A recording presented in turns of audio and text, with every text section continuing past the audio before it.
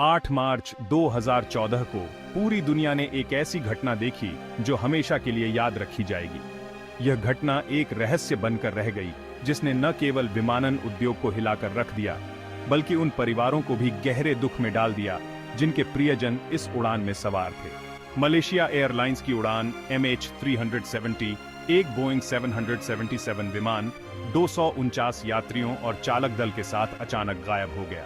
यह विमान अत्याधुनिक तकनीक से लैस था और इसे दुनिया के सबसे सुरक्षित विमानों में से एक माना जाता था। यह उड़ान मलेशिया के कुआलालंपुर से चीन के बीजिंग जा रही थी। यह एक सामान्य रात थी और किसी को भी इस बात का अंदेशा नहीं था कि कुछ ही घंटों में यह उड़ान एक रहस्य बन जाएगी। अचानक बीच रास्ते से ही यह विमान रडार से गायब हो गया। एयर ट्रैफिक कंट्रोल ने कई बार संपर्क करने की कोशिश की, लेकिन कोई जवाब नहीं मिला। यह एक ऐसा पल था जिसने सभी को चौंका दिया। पूरी दुनिया हैरान थी और सब चिंता में पड़ गए। हर कोई जानना चाहता था कि आखिर इस विमान के साथ क्या हुआ। मीडिया में इस घटना की खबरें तेजी से फैल गईं और हर कोई इस रहस्य को सुलझाने की कोशिश में जुट गया। यह घटना कोई मामूली विमान दुर्घटना नहीं थी। यह एक ऐसा रहस्य था जिसने सभी को सोचने पर मजबूर कर दिया। खोज और बचाव अभियान तुरंत शुरू कर दिए गए, लेकिन कोई ठोस सुराग नहीं मिला। यह एक रहस्य था, एक पहेली थी जिसका जवाब आज तक किसी को नहीं मिला है। कई देशों ने अपने विशेषज्ञों को इस खोज में लगाया, लेकिन सब बेकार साबित हुआ। समुद्र की गहराइयों में खोजबीन की गई, लेकिन विमान का कोई अता पता नहीं चला। क्या हुआ उस उड़ान के साथ? यह सवाल हर किसी के मन में था। परिवार के सदस्य अपने प्रियजनों की तस्वीरें लेकर इंतजार कर रहे थे, लेकिन कोई खबर नहीं मिली। क्या यह एक दुर्घटना थी? क्या विमान में कोई तकनीकी खराबी आ गई थी, या फिर यह किसी साजिश का हिस्सा था? इन सवालों के जवाब ढूंढने के लिए कई थ्योरी सामने आईं, लेकिन कोई भी पूरी तरह से साबित नहीं हो सकी। क्या विमान में कोई खराबी आ गई थी, या फिर कुछ और? विमान के तकनीकी निरीक्षण और रखरखाव के रिकॉर्ड्स की जांच की गई, लेकिन कुछ भी असामान्य नहीं पाया गया। यह और भी रहस्यमय बना दिया। ये सवाल आज भी अनुत्तरित है। हर कोई जानना चाहता है कि उस रात क्या हुआ था, लेकिन कोई ठोस जवाब नहीं मिला। यह एक ऐसा रहस्य है जो आज भी लोगों के मन में बना हुआ है। इस वीडियो में हम उड़ान MH370 के गायब होने की गुत्थी को सुलझाने की कोशिश करेंगे। हम उन घटनाओं को देखेंगे जो उस रात घटी, उन सबूतों की जांच करेंगे जो मिले हैं, और उन अलग अलग बातों पर चर्चा करेंगे जो इस रहस्य को समझाने की कोशिश करती है। हम उन घटनाओं की समय रेखा पर नजर डालेंगे, फॉरेंसिक विश्लेषण करेंगे और विमानन विशेषज्ञों के साथ साक्षात्कार करेंगे। हम यह जानने की कोशिश करेंगे कि क्या कोई सुराग छूट गया था, या क्या कोई महत्वपूर्ण जानकारी अनदेखी रह गई थी। ये कहानी एक बहुत बड़ी दुर्घटना है। 249 लोगों की कहानी जो उस रात अपने घरों को लौटने वाले थे, लेकिन कभी वापस नहीं आ पाए। ये उन परिवारों की कहानी है जो आज भी अपने प्रियजनों की वापसी का इंतजार कर रहे हैं। यह कहानी उन परिवारों के दर्द की कहानी है जो आज भी अपने अपनों की वापसी का इंतजार कर रहे हैं।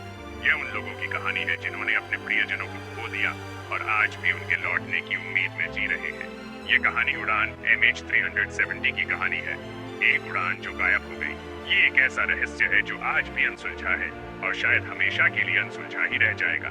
लेकिन हम इस वीडियो में इस रहस्य को समझने की कोशिश करेंगे और उन सवालों के जवाब ढूंढने की कोशिश करेंगे जो आज भी अनुत्तरित है। 8 मार्च 2014 को मलेशिया के समय के अनुसार सुबह 12:41 पर उड़ान MH370 ने कुआलालंपुर हवाई अड्डे से उड़ान भरी। बोर्ड पर 12 देशों के 227 यात्री और 12 चालक दल के सदस्य थे। विमान को सुबह 6:30 पर बीजिंग पहुंचना था। शुरू में उड़ान बिल्कुल ठीक रही। पायलट ने मलेशिया के एयर ट्रैफिक कंट्रोल से बात की और उन्हें बताया कि सब कुछ योजना के अनुसार चल रहा है। विमान अपनी सही ऊंचाई पर पहुंच गया था और बीजिंग की ओर बढ़ रहा था। फिर सुबह 1:19 पर कुछ अजीब हुआ। विमान ने अचानक अपना ट्रांसपॉन्डर बंद कर दिया। ट्रांसपॉन्डर एक ऐसा यंत्र होता है जो विमान की पहचान और स्थिति के बारे में जानकारी भेजता है।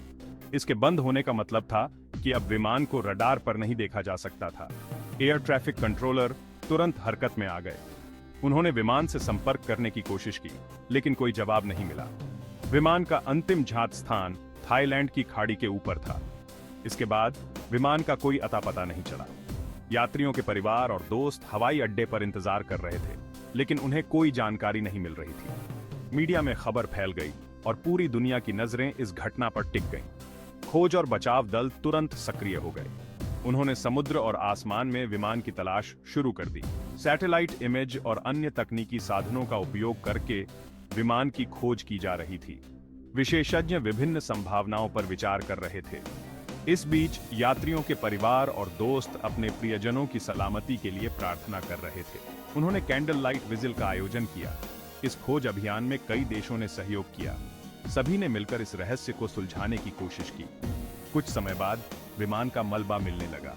जांचकर्ताओं ने इन टुकड़ों की जांच शुरू की ताकि यह पता चल सके कि आखिर हुआ क्या था। यह एक भावनात्मक समय था। परिवारों को धीरे धीरे सच्चाई का सामना करना पड़ा। यह घटना इतिहास में एक गहरे रहस्य के रूप में दर्ज हो गई। उड़ान MH370 के लिए इस्तेमाल किया जाने वाला विमान एक बोइंग 777-200ER था, जिसे एक आधुनिक और भरोसेमंद विमान माना जाता है। यह विमान अपनी लंबी दूरी की उड़ानों के लिए प्रसिद्ध है और इसमें अत्याधुनिक नेविगेशन और सुरक्षा प्रणालियां शामिल हैं।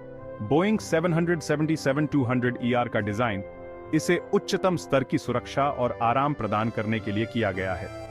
यह विमान 2002 में बनाया गया था और मलेशिया एयरलाइंस के पास 2002 से ही था। मलेशिया एयरलाइंस ने इस विमान को अपनी बेड़े में शामिल किया था ताकि वे अपने यात्रियों को बेहतरीन सेवा और सुरक्षा प्रदान कर सकें। इस विमान ने कई अंतर्राष्ट्रीय उड़ानें सफलतापूर्वक पूरी की थीं और इसे हमेशा उच्चतम मानकों के अनुसार बनाए रखा गया था।